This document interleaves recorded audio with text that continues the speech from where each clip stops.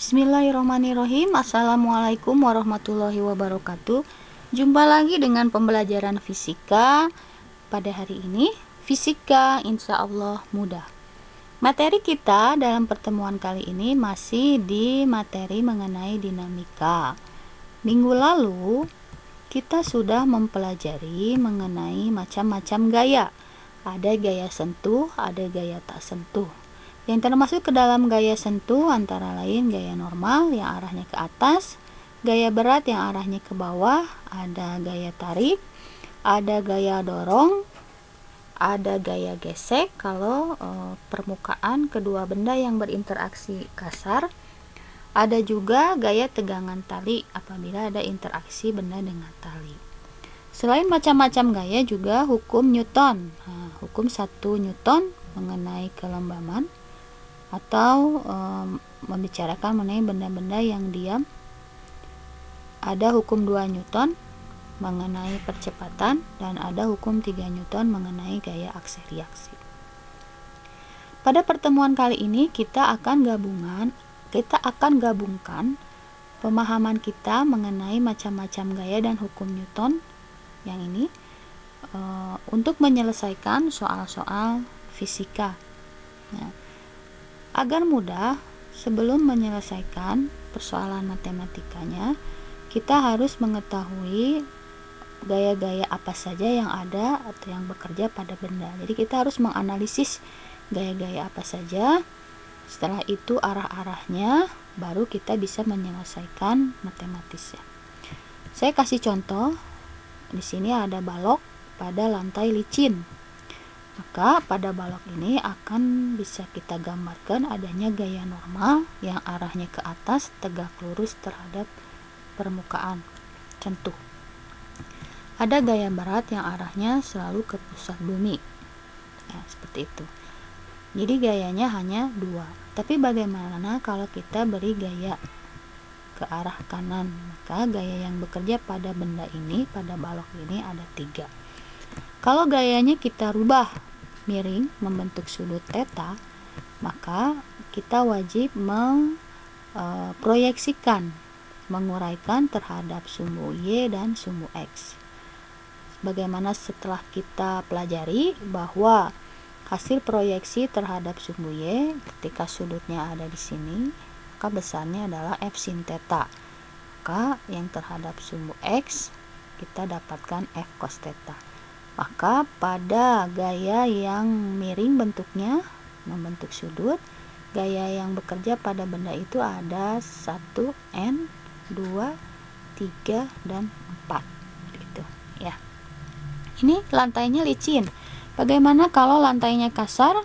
Kalau lantainya kasar, maka di sini ada yang namanya gaya gesek yang arahnya selalu berlawanan dengan gerak benda.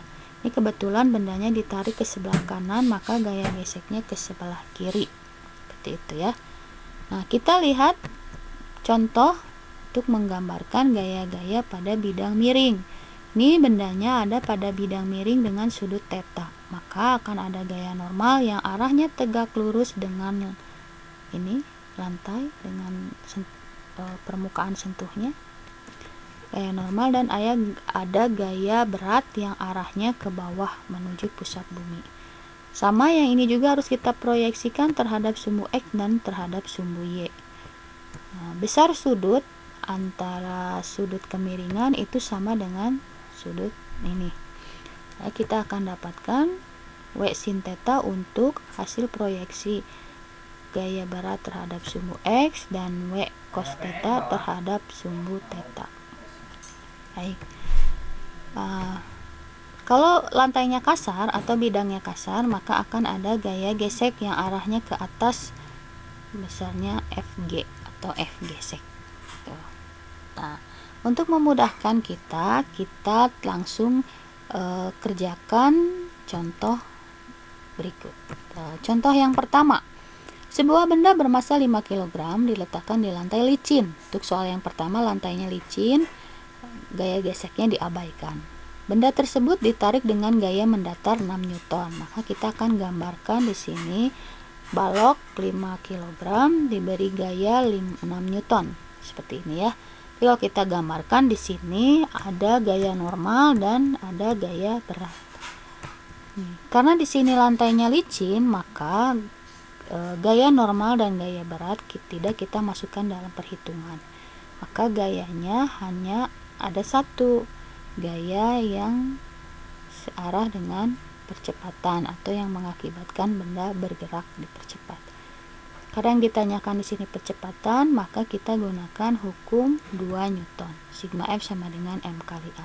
Gaya yang bekerja pada benda ini hanya satu, hanya F sama dengan 6 Newton. Maka kita masukkan F-nya 6, masanya 5, maka percepatannya kita dapatkan 6 dibagi 5 sini ya.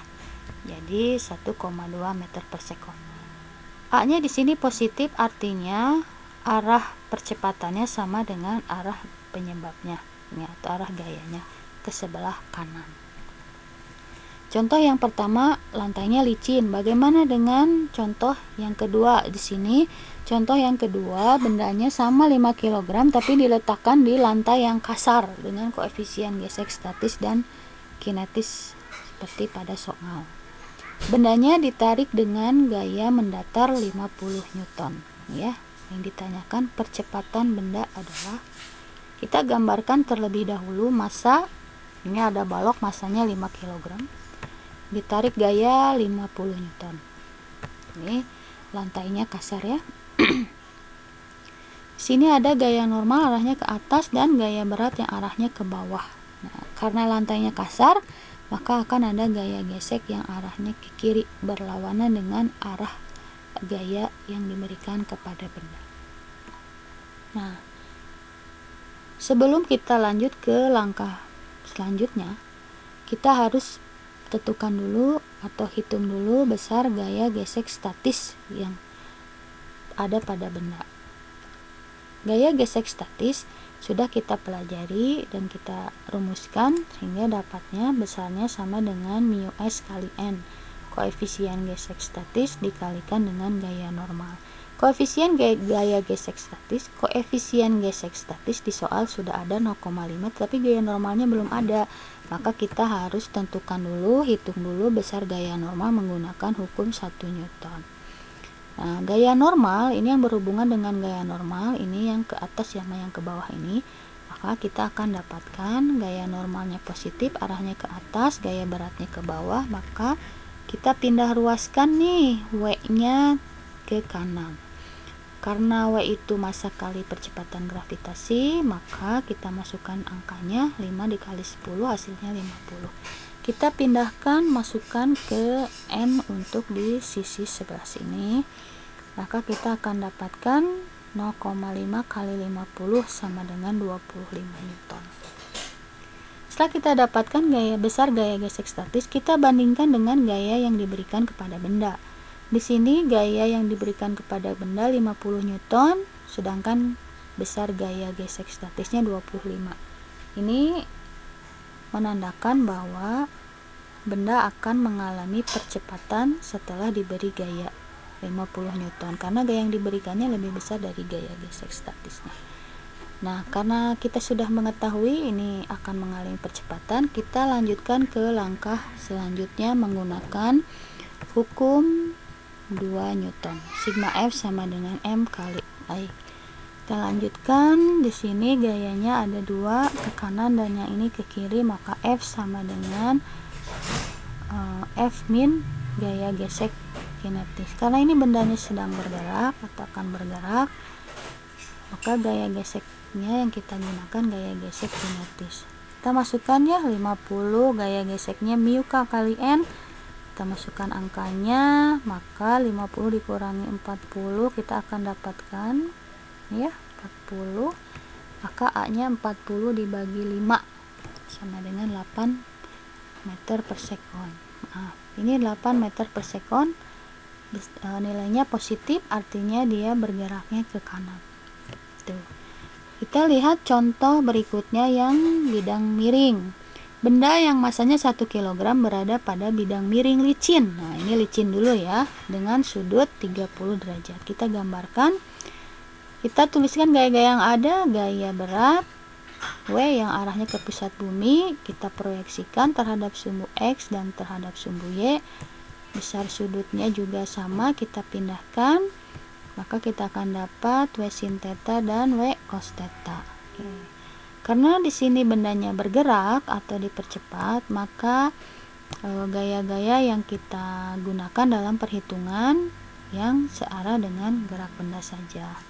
Yang ini ya, karena kita mencari percepatan, maka yang kita gunakan hukum 2 Newton. Sigma F sama dengan M kali A. F-nya hanya 1, W sin theta karena arahnya ke bawah, kita masukkan min di sini. Ini M kali A, kita masukkan angkanya. Baik, M-nya 1 kg sesuai soal. G-nya percepatan gravitasi 10, berarti 1 kali 10, 10 sin 30-nya setengah. Maka hasilnya A-nya min 5 meter per sekon. A-nya di sini negatif, itu artinya benda bergerak ke bawah. Gitu. Contoh berikutnya, bidang miring yang kasar.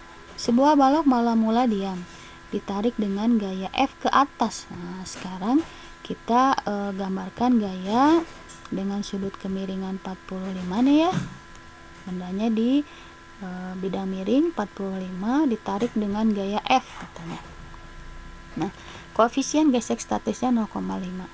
Agar balok tepat akan bergerak, maka gaya F harus diberikan sebesar. Nah, selanjutnya kita gambar dulu gaya-gayanya. Ada gaya normal, ada gaya berat yang arahnya ke bawah atau ke pusat bumi. Gaya berat harus kita proyeksikan terhadap sumbu X dan sumbu Y. Kita akan dapatkan yang terhadap sumbu X itu W sin theta dan terhadap sumbu Y W cos theta. Karena di sini bidang miringnya kasar, maka akan ada gaya gesek yang arahnya ke bawah. Karena di sini balok diberi gayanya ke atas, maka gaya geseknya berlawanan dengan arah ini ya, percepatan atau arah penyebab gerak yang ke bawah. Nah, untuk mengetahui besar gaya kita gunakan di sini ada kalimat tepat akan bergerak, artinya benda masih diam tapi tepat akan bergerak, maka kita gunakan hukum 1 Newton. Sigma F sama dengan 0. Gaya-gaya yang ada pada balok yang berhubungan dengan geraknya, dengan arah geraknya itu ada 3. Ke atas gaya F, ke bawah W sin 45 dan F gesek. Maka kita tuliskan di sini F, ininya min, sininya min. Kita di sini gaya geseknya belum ada, kita hitung dulu gaya geseknya mu S kali N. Oh, N-nya juga belum ada, kita cari juga untuk menentukan gaya normal, maka gaya-gaya yang kita gunakan itu yang berhubungan dengan gaya normal saja, yang searah dengan gaya normal. Nah, ini N yang ini gaya normalnya ke atas dan W cos 45 ke bawah. Jadi kita tuliskan N min W cos 45 sama dengan 0. Kita masukkan angka-angkanya. Kita pindahkan dulu nih W-nya ke kanan jadi positif. Karena di sini masanya 8, percepatan gravitasinya 10, maka berat bendanya 80. Cos 45 setengah akar 2, kalau kita kalikan hasilnya 40 akar 2. Kita masukkan 40 akar 2 ini ke sebelah sini,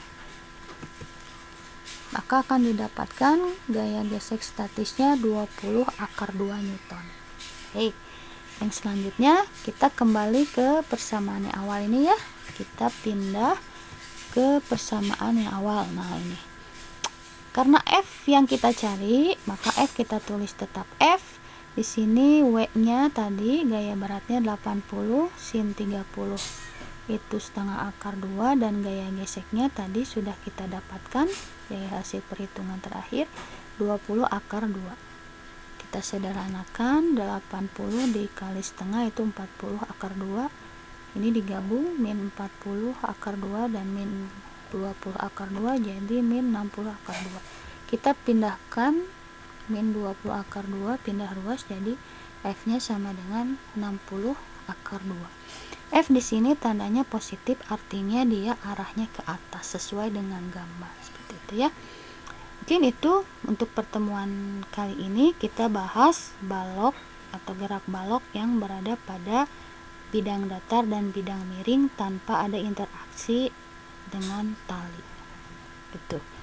Kita jumpa lagi nanti dengan video selanjutnya untuk benda yang berinteraksi dengan tali dan katrol. Terima kasih. Fisika insya Allah mudah. Assalamualaikum warahmatullahi wabarakatuh.